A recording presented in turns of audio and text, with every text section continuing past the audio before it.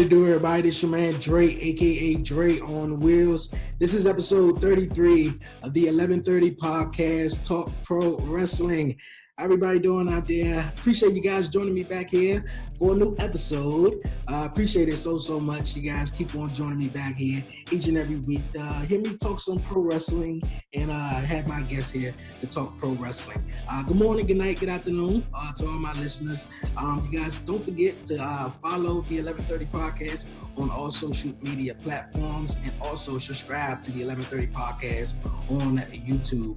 But before we get into all the good stuff, you guys, I just want to say thank you guys for continuing to come back here to the podcast.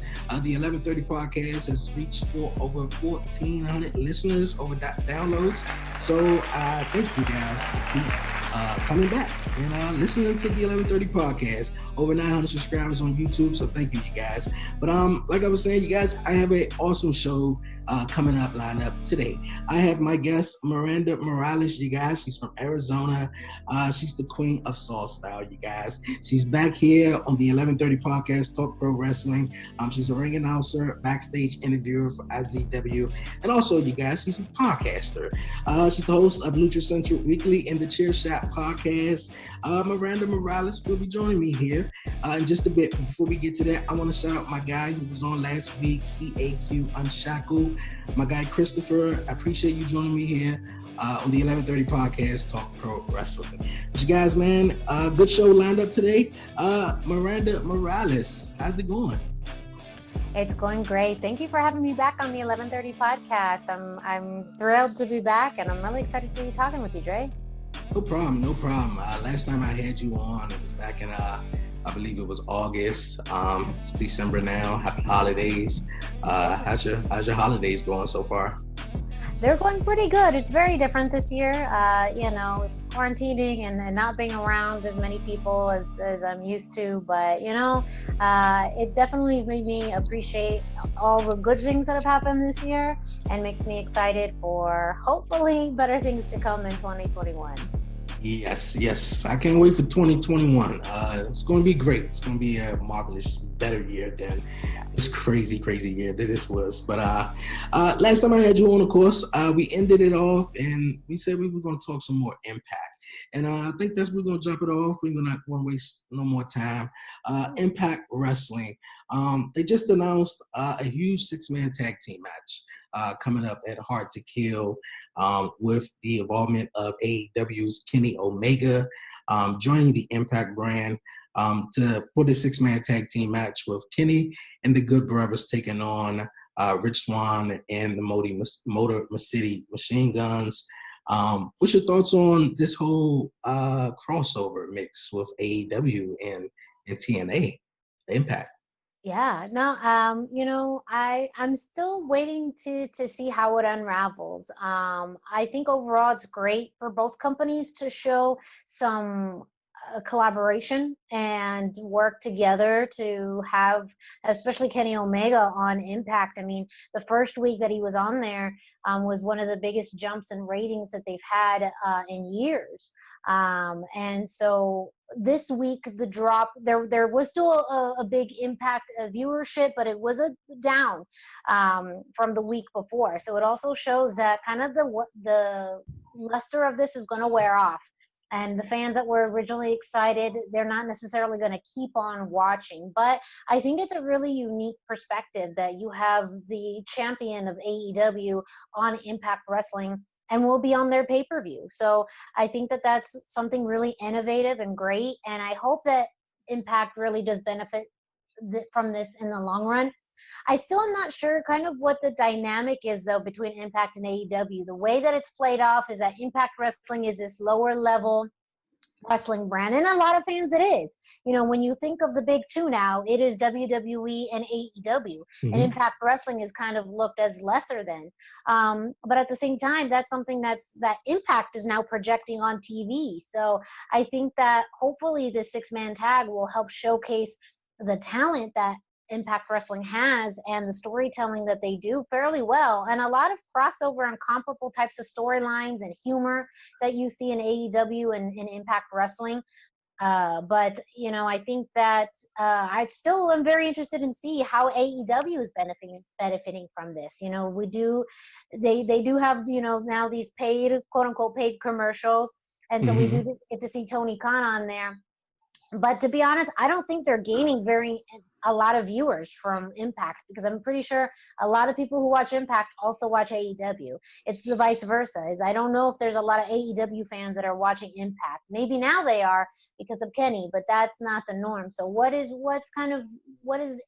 AEW getting from this? And that's, I think, is remains to be seen. But you know what? It's something revolutionary in wrestling that we haven't seen, since Shane McMahon bought WCW and all of that, and Mm-hmm. this invasion angle. I don't think we'll have a full invasion angle. I think that's it's going to stay, pretty much at this level, but it makes for interesting TV. And I'm just glad that there's more people who have their eyes now on Impact, because they have really great wrestling. They have an awesome women's division. The X division's entertaining. As we see, the tag teams are being put on the forefront now. A lot of cool and funny storylines. So I hope that this continues to bring in some good viewership for Impact. Yeah, you're right about that. Do you think maybe the viewership maybe is dipping for the reason that Kenny Omega maybe is not like in the ring, but more of it is backstage pre-tape stuff? Mhm. I think that has something to do with it, because really that's going to be the big buy-in, is when you see Kenny Omega in an Impact ring. Mm-hmm. I think that was what a lot of people first thought his appearance was going to be the first time around. And when they saw him in the bus and, Mm-hmm. outside of the Impact zone, a lot of fans maybe were disappointed in that. And I think because it was still also very vague, this big master plan that he has with Don Callis to be a world champion, to go and dominate wrestling in any promotion and take all the championships. Yes, we see that, but at the same time, we don't really see that. And so I think until we really hear Kenny Omega is challenging Rich Swann for the Impact World Championship, fans will stay tuned, but I don't think that we'll see those numbers jump up like we did until Kenny gets into a ring, and I think until he intentionally challenges for the World Championship. Okay. More Impact in just a second. Quick question. Triple H, of course, from WWE NXT, commented on this. Well, he didn't necessarily comment it, but he said that he's open, and WWE is open to do in cross promotions like this. Do you see WWE doing it with anyone or any company? I don't. Not at this time. I think the closest that we got was when WWE partnered with Evolve Yeah. to air some of their shows on the network, and the partnership that they had with Evolve. I think that was the closest we were going to see. And I mean that in a partnership, because with a lot of the other wrestling promotions, as far as those that are no longer active, they just would buy their library. And that's ultimately to what we saw with Evolve when they folded financially. WWE was right there to buy the library, to sign, some of the wrestlers to contracts. But it was more that Evolve was really benefiting from being featured on the WWE network. And so I feel like the word partnership will mean something different for them, because I think a partnership is somewhat equal, where you have trade-offs. I think with WWE, and something they've done for a long time, especially now since they have bought out their competition, 20 plus years ago, is they provide a platform for some other independent wrestling companies to have their content available and to show their some of their wrestlers. But ultimately, everything lies within WWE's hands. So they're the ones navigating the ship, and they're just bringing some people on board, hop along. So I feel like, to the definition or wording of partnership or partnering with a promotion, looks very different than what we're seeing right now with AEW and Impact. I think it's going to be just giving an opportunity for a smaller promotion to have a wider audience. But I think what we saw with Evolve is probably going to be the most that we'll see in quite some time, unless, and I've heard this just more out of spite and kind of humor, is that if they were to really partner with anyone, it would be New Japan. Mhm. But again, what would that look like? That's a lot to deal with, and I think New Japan as its own company is a lot more focused on them than partnering with the WWE. But I would say I see where he's coming from, but I don't really see any partnerships happening anytime soon. Yeah, I don't really see nothing happening anytime soon. I thought of New Japan, but the only one that I can think of is Ring of Honor. Mm. So don't know how that will actually go. Of course, we were talking about Impact and how Impact is introducing the Knockouts Tag Team titles. I've been catching up on Impact very, very much. It's been very interesting. Jazz. I didn't know Jazz was, back in wrestling. I really enjoyed watching her back in the early 2000s. But how do you feel about them bringing out a women's tag team titles for their brand? Yeah, I think it's great for the Knockouts division. TNA back in the day was the first one to introduce a women's tag team championship belts. And so the fact that they've done it first and haven't had them for a while, now that WWE's had them, has made you think, wow, what's this change about? But I also think that they've really strengthened the Knockouts division over this year.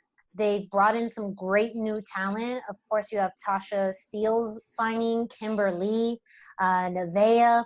And again, now all of these have also been paired with other people on the roster too. So they've been building up this tag division since the summertime, really. So I really commend them on their planning of building these dynamics and tag teams. So by the time you did hit this tag team tournament, it was very believable as to who was partnering and who was winning, and it all made sense. Now they don't have a very big women's roster, but I also think at this point they don't need it. They're being, I think, more strategic and mindful about how they're utilizing their roster instead of having a lot of people and maybe them getting it lost in the mix. They're being really strategic about who they have. And in this case with the Knockouts tag team titles, who they paired together. Tasha Steeles and Kiera Hogan were friends for months. Even one of the newer dynamics between Kimberly and Deonna Purrazzo, that partnership was built more around the Knockouts championship than a tag team championship. So that made more sense when they paired together. But I also think it's been great where we've had some wrestlers from, the independent scene come on board. We had the team of Renee Michelle and Killer Kelly. And they had a few matches. The Sea Stars had a match, and they're also having another one. Or I think they just recently had one at Final Resolution. And then also an opportunity to bring back a legend like Jazz with her teaming with Jordan Grace. I think that was a really great team. I was really fascinated in seeing how they're going to perform. And I believe this upcoming week on Impact, we're going to see them in the semifinals. But I think it's a great balance of new talent, bringing in some existing talent, elevating the current talent.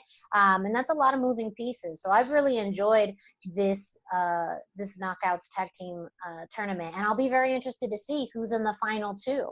To me, it was a big shock when Kiera Hogan and Tasha Steeles beat Taya Valkyrie and Rosemary, two legends really in the Knockouts division. But the younger team got the win, and it sounds like they are on the path for championship gold, and I would love for them to be Knockouts tag team champions. Yeah, that would be very, very exciting. That's one thing Impact got very right now.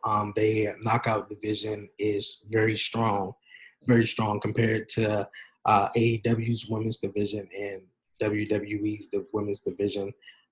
Not really too sure what's going on over on Raw with Asuka and I think it was Yeah. Lana. Asuka and Lana and that tag. I mean that's a good point. You look at what the Mhm. tag titles are right now in WWE. You have Nia Jackson, Shayna Baszler. Both, you have a physically tall and kind of just huge size and presence of Nia Jax, and the technical ability and prowess of Shayna Baszler, and it's kind of and instead of, someone made a good point of why aren't they on NXT? Why don't we see them more on Exactly. SmackDown? Exactly. now they're just kind of in this whole storyline with Lana and Asuka, which has been great for Lana, but also you have your Raw, women's champion involved in that, and so that's taking away from the Raw title scene. So, I feel like it's pretty convoluted. And when you have so much talent and TV time that you could utilize, they're really just honing in on this one story that is a little hit or miss. You're right about that. You're so right.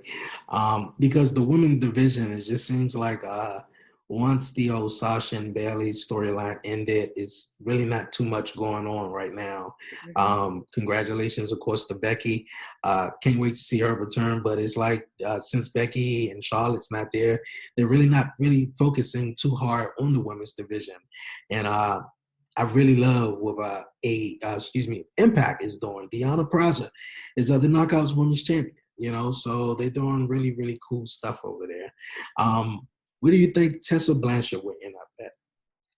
Ooh, that's a good question, because I've seen and read some of the stories out there about where she may end up. And really, when you think about the big two companies, in some ways it seems like WWE would be a good fit, specifically NXT, just Mm-hmm. because of her ability to wrestle and the fact that NXT's played around a little bit more with different dynamics with men and women's wrestling.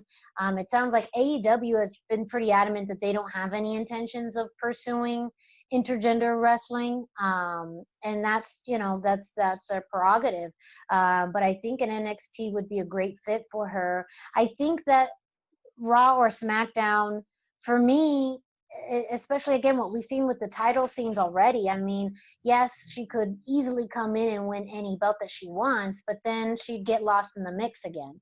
So I feel like in some ways an NXT is a good fit for her personality and her wrestling capabilities, and also could play a little bit around more with possibly wrestling men if that's what she wants to do. I mean, she's done both very, very well.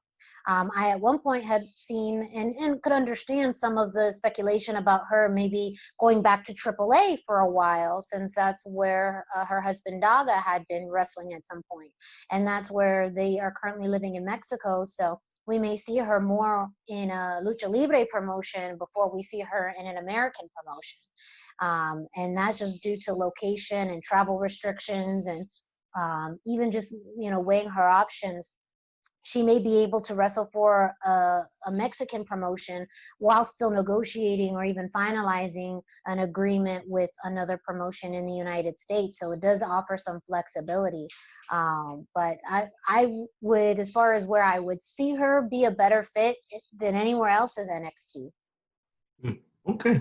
Great point. Great point. On to some more Impact.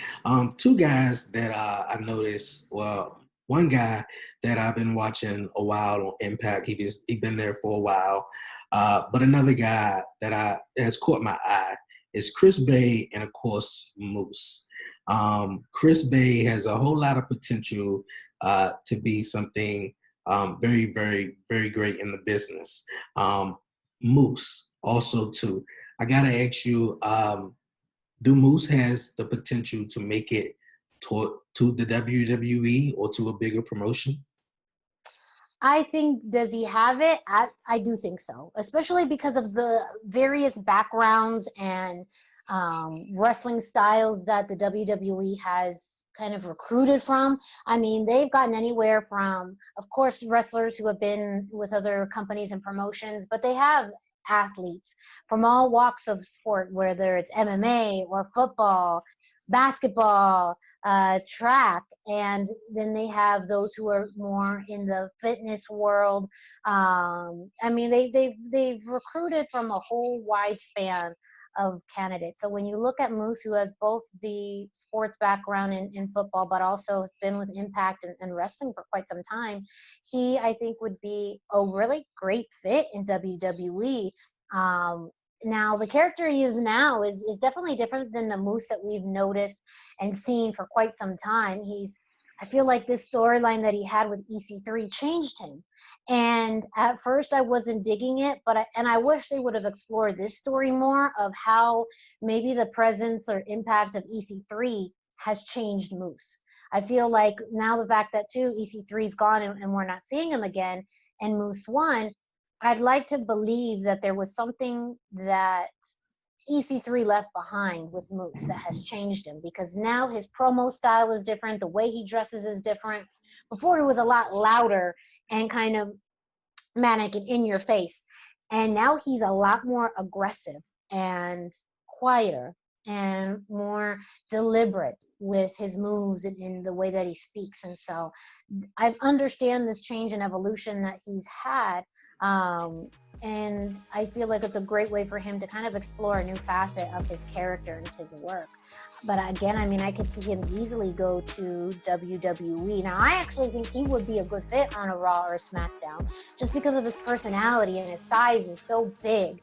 I think he would actually be a great fit because he knows how to entertain. He can be funny, he can be serious, he could be a strong, mean man, he can, be comical. Like, he's so diverse in his personality. So I feel like he's one that could work on a Raw or SmackDown and do well. But I also think too, I mean, weighing out your opportunities, I mean, that shift to the Big E, like that, it's a lot. You can get lost in the shuffle. He can, either you have an opportunity to be in front of a wider audience, but does that mean, will you get matches? Like, he's now really part of the title scene on Impact. I don't know if he would be part of the world title scene at WWE. When you look at, the current champions like Drew McIntyre and Roman Reigns, they've had some of the biggest people there. I mean, maybe a short-term feud I could see, but a real championship contender, I don't know. That competition is real stiff right now in WWE. Right, you are right. You guys, man, we're gonna move on here on the podcast. I gotta ask you, who is the true cruiserweight champion? Is it Phantasma or is it Jordan Devlin? Because I was watching NXT UK and how Jordan Devlin is just going off about how he is the real NXT Cruiserweight champion, and of course, Phantasma, of course, doing his thing very good in NXT. Would you like to see a match between them two to settle it off? Who is the rightful Cruiserweight champion?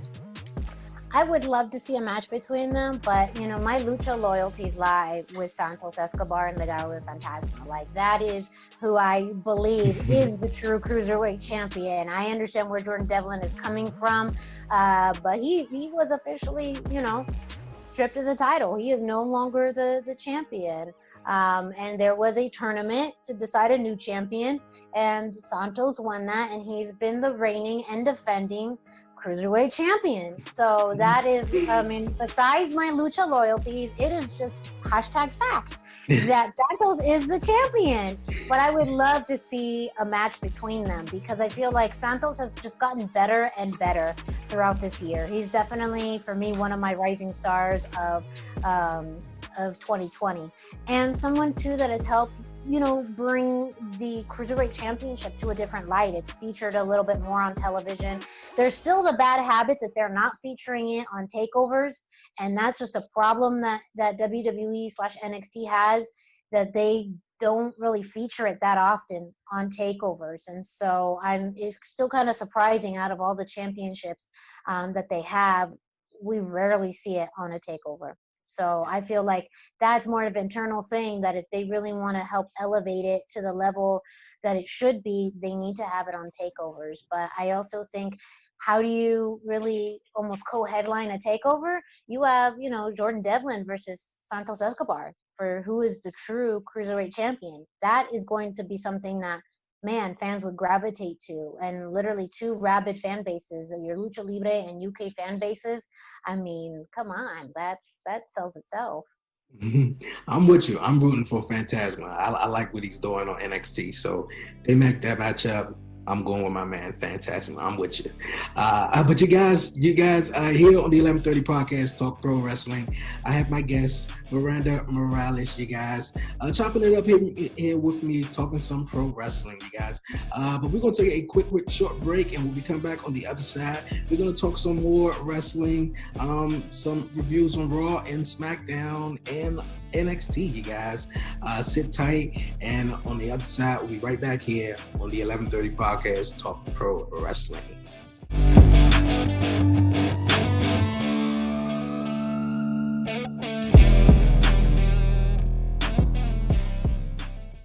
You have a lot to say. Maybe you've thought, I should start a podcast. Meet Anchor, the easiest way to make a podcast ever. It's a powerful mobile app and web tool that lets you record a podcast anywhere and distribute it everywhere. It's great whether you're a seasoned pro or just starting out. And it's 100% free. You can record your show straight into Anchor on your phone, iPad, or the web, using any mic you want. Record alone or with friends or co-hosts anywhere in the world. You can add background music and transitions, and your listeners can send you voice messages that you can incorporate right into your next episode. If you want to produce your show using another app, you can upload your own audio directly from web or mobile, and still take advantage of Anchor's totally free podcast hosting. Once your podcast is ready to publish, Anchor can automatically distribute it to every major podcast platform. That includes Apple Podcasts, Google Podcasts, and Spotify, so your listeners can hear your show wherever they want. And on the web, you can see detailed analytics about how people are listening. Plus, you'll get a great-looking profile page where anyone can listen to your podcast or subscribe to it. And if you want to ask your audience to support your work, Anchor makes it easy to collect monthly payments from the people who love your podcast and want to see it grow. You really don't need a recording studio, expensive equipment, or a bunch of technical knowledge to deal with a podcast feed. Just get started and join the diverse community of podcasters already on Anchor. We can't wait to hear your podcast. Hey, you guys, welcome back here to the 1130 podcast, Talk Pro Wrestling. Appreciate you guys sticking with me throughout the commercial break, you guys. I have my guest here, Miranda Maroles, here chatting some pro wrestling here on the podcast, you guys. Before the commercial break, of course, we were talking some Impact and some NXT TakeOver. NXT TakeOver War Games was a couple of weeks ago. I got to ask you your thoughts on Pat McAfee. What's your thoughts on Pat McAfee and how he's just came into NXT and the whole transition? Well, I feel like he's really gotten that side of wrestling that's all about your personality and projecting, and it doesn't feel fake. It doesn't feel hokey. It just feels he's like just this natural jerk, and it works so well. And I've really enjoyed his work. I think he's very surprising in the ring for someone who's not necessarily a pro wrestler and just someone of his size. He's a really tall dude. How easily in the ring he moves, some of his top rope moves and the work that he did during War Games was pretty impressive. And so I feel like that's one of the hardest things about pro wrestling is you could be really talented in the ring, but there has to be something about your personality that clicks, that makes people either love you or hate you, or want to root for you or want to boo you. And Pat McAfee just has this way with his presence that makes you just not like him. And I've really enjoyed seeing that part of NXT. And I think too it's really helped, who was going to help turn the Undisputed Era face. Like, I think it was, even though they were kind of tweeners or these cool bad guys, you could wonder, like, what would it take for people to truly root for the Undisputed Era as full faces? And it's Pat McAfee. I think his match too with Adam Cole, I mean, that itself was really impressive. And now to put him in a War Games setting and 2 rings and a steel cage, you elevate that boy quick.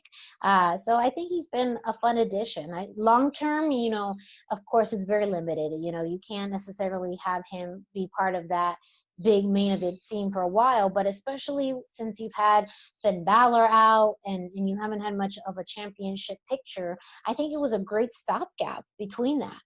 I think it was a great way to keep fans interested and engaged, but also a little distracted from not having the champion, the NXT champion, on a takeover on TV for a while.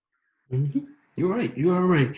NXT, of course, NXT champion Finn Balor is back, and at NXT, I think it was the New Year's Evil, Finn Balor would take on Kyle O'Reilly. You made a great point. Who's going to be the person that kind of like turn at Undisputed Era pro face? And it could be Pat McAfee. I really like what he's doing. Who you think could be another great opponent for Pat McAfee? Oh man, I mean, it depends on how you want to play it up because I don't know how he would do this or he'd survive, but I even love a Tommaso Ciampa.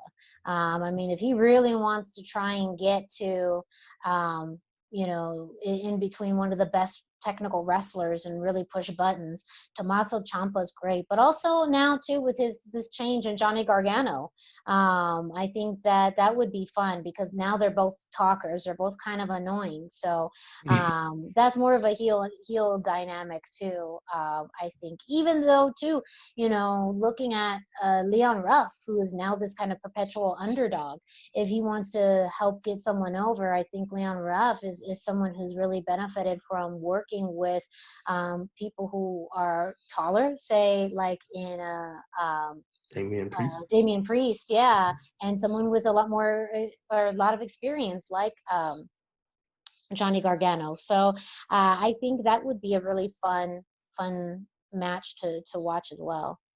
Okay, that'll be really, really cool. Speaking of NXT, a guy who came from NXT, now he's on Monday Night Raw, Keith Lee. They got his theme song together now, so it seems like hopefully he can get on a roll.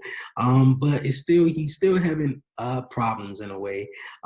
What you think the reason that WWE keep putting Keith Lee in triple threat matches, and that's the reason why he's basically just losing?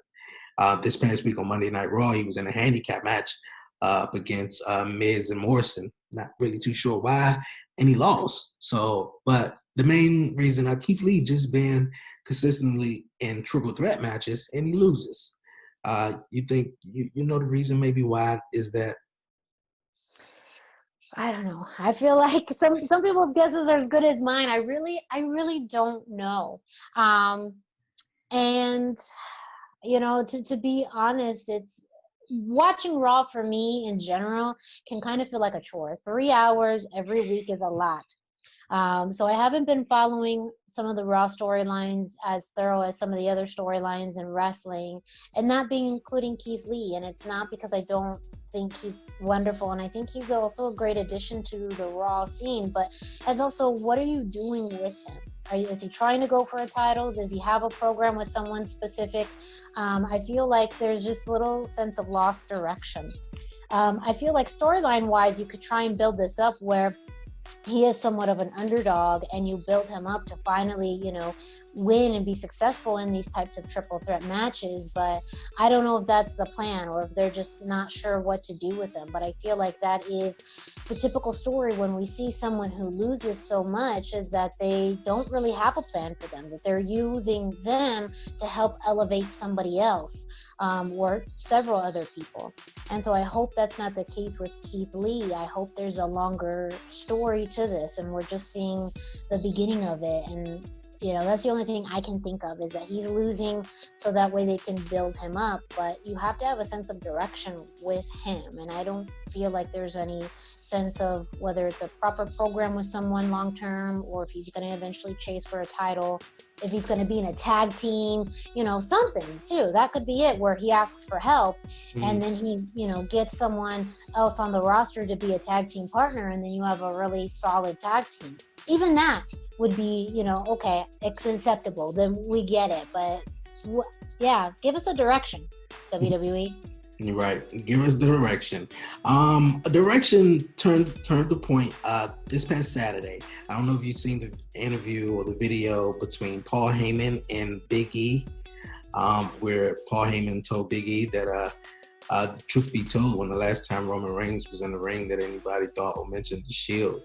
And now that Big E is doing it solo in the New Day with Xavier and Kofi on Raw, how do you feel that Big E will move, or I'm trying to find the right word, just how do you feel Big E will maintain his position on SmackDown, and do you see him reaching a bigger goal? Also, of course, that everybody was claiming for even me that The Rock maybe would take on Roman Reigns at WrestleMania, and both sides kind of downplayed it during the whole COVID right now, and that would be a very big match. And with Paul Heyman kind of planting the seeds to Big E on Talking Smack, you kind of see a Big E or Roman Reigns storyline maybe.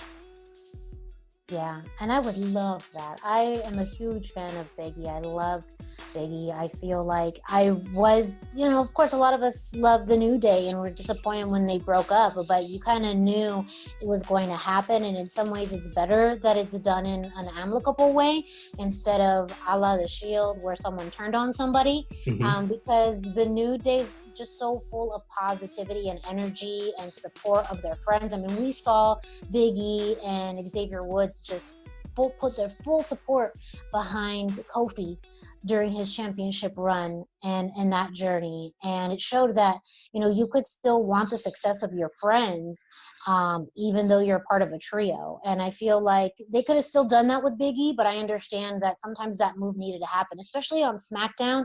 I mentioned one of the challenges I think for Keith Lee is that the Raw roster is pretty stacked and it's so long, and it's just a lot. Whereas I think SmackDown is a really good fit for Big E because he's just with the right amount of people, and he has enough of a history with a lot of people on the roster where, too, I mean, we've seen this evolution where he's kind of taking a few steps back to some of his older character work in NXT.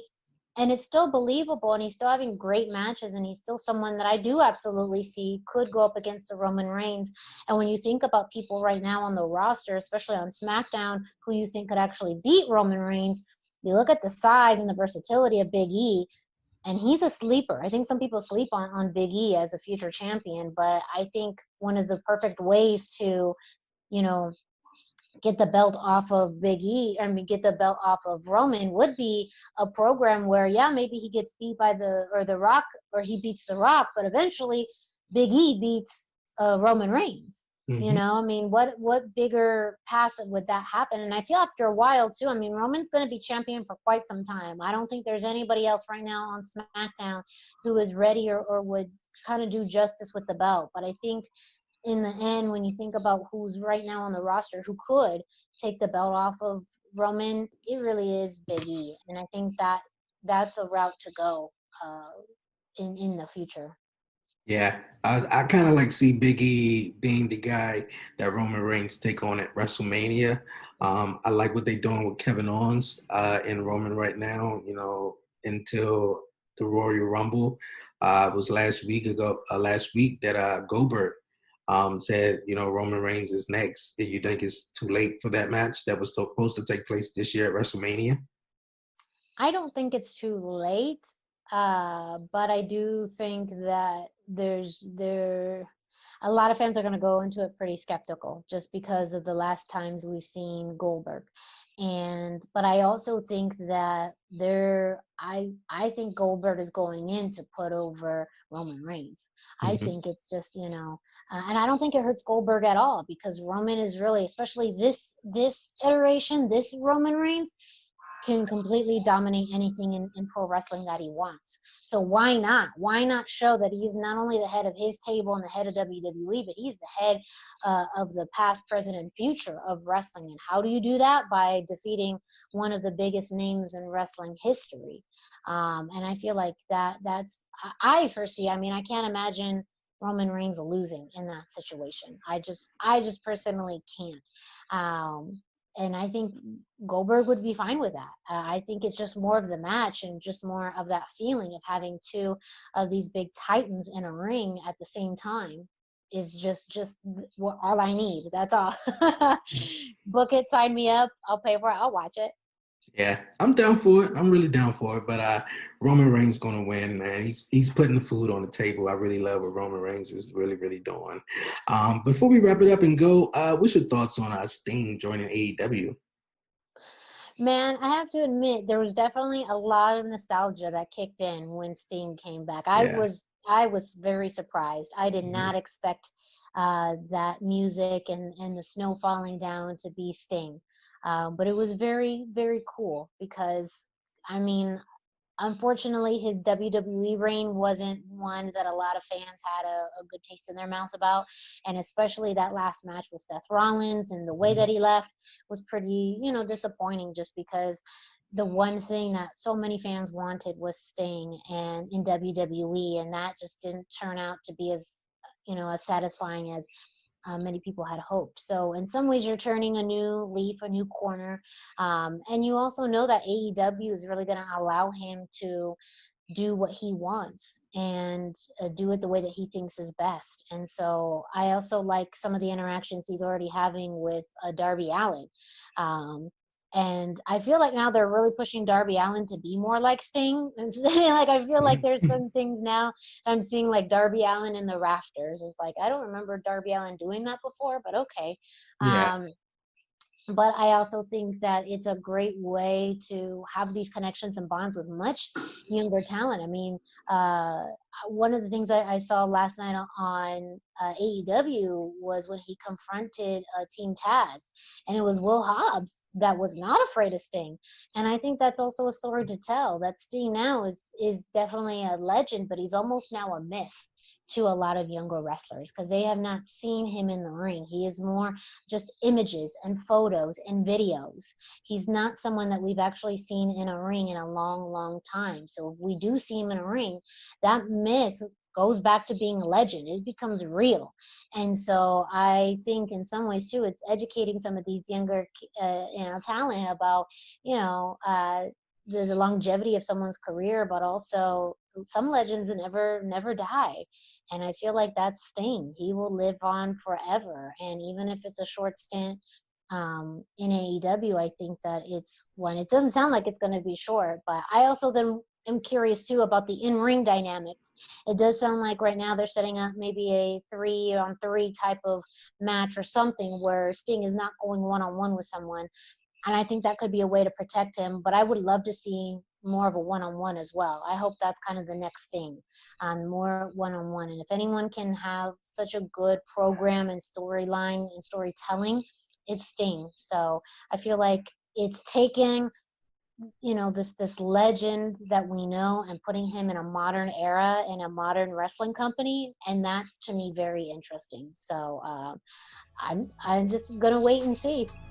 Okay, yeah, that Sting episode where he came on AEW was very, very surprising. I did not expect him also, so it's very exciting to see him, and especially with Darby Allin, like how you said, he's just up in the Raptors, and it's kind of similarities. And every time Cody's in the ring, you see Sting, so it's a lot going on right there, and I'm excited. He haven't wrestled since the whole buckle bomb incident, so I'm excited to see where it goes. How's your podcast going? It's going great. All 4 of them at this time.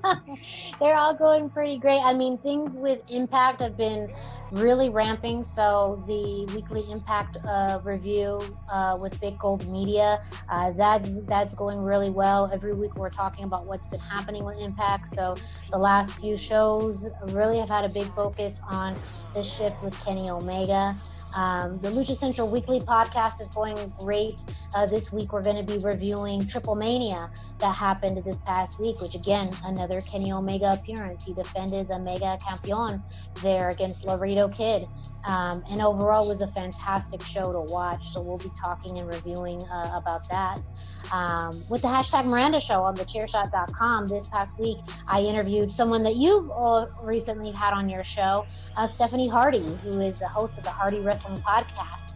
We had a great conversation about her career and path into podcasting. And we also had some really fun discussions about women's wrestling and NXT.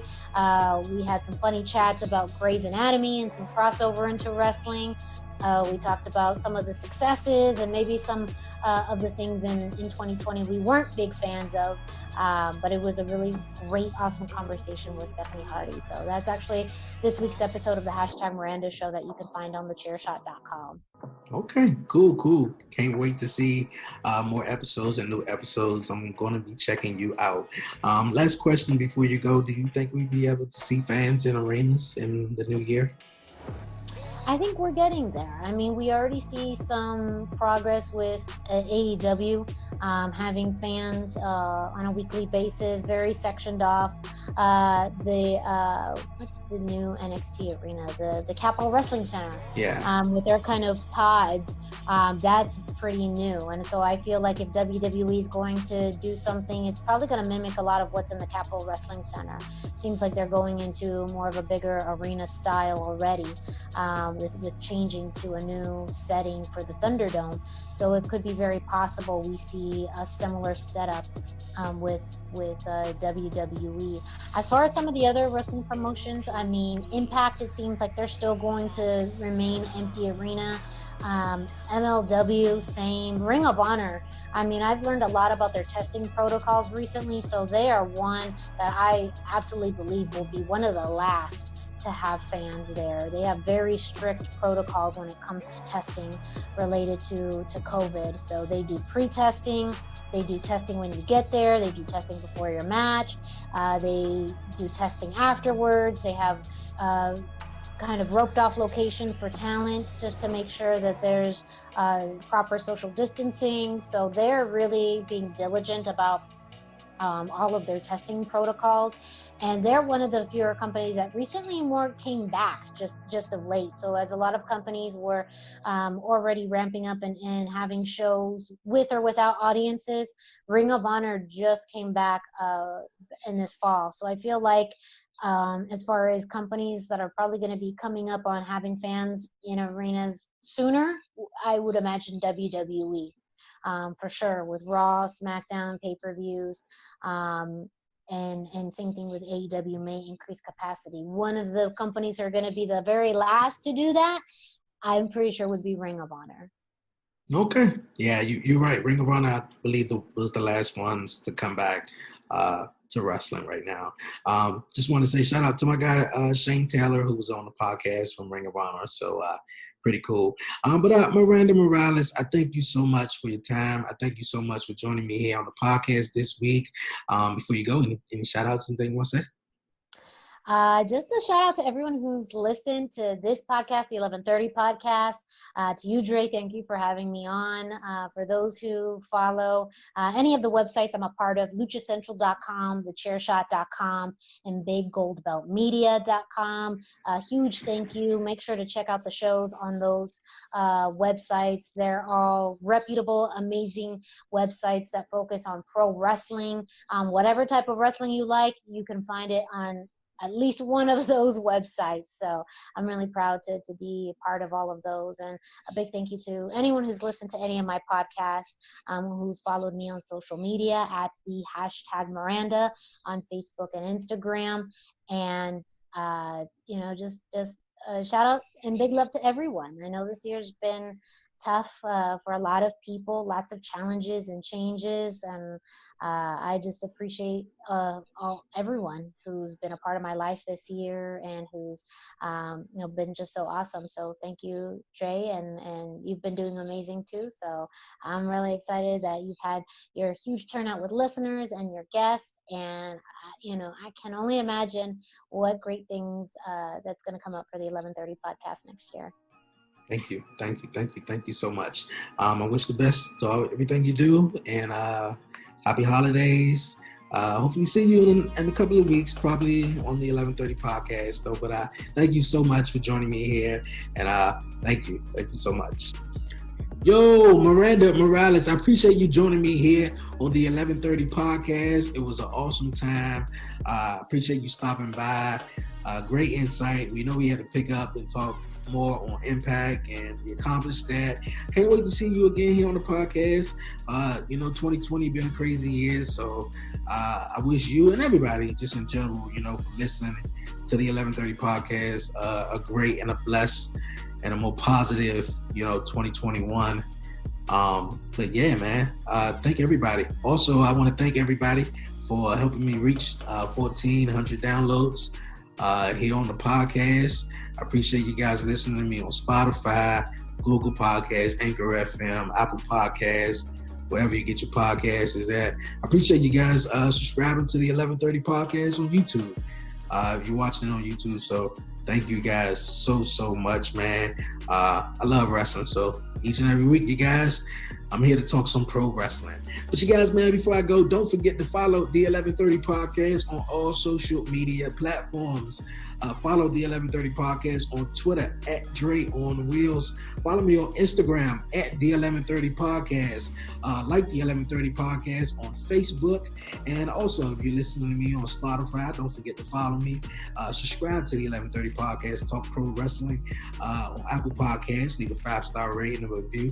Trying to help to get the podcast out there even more, you guys. And also, don't forget to subscribe to the 1130 Podcast YouTube channel. If you would like to be a guest here on the podcast, email me the 1130 Podcast at gmail.com. That's the 1130 Podcast at gmail.com. Or hit me up on social media, you know. But Miranda Maroles, appreciate you joining me here on the 1130 Podcast. Appreciate everybody joining me this week. But you guys, man, it's holiday season. Hope everybody out there stay safe. The cases are rising. Stay warm. Love your loved ones, man. And happy holidays from the 1130 Podcast. It's your man Dre, aka Dre on Wheels. And I'm out.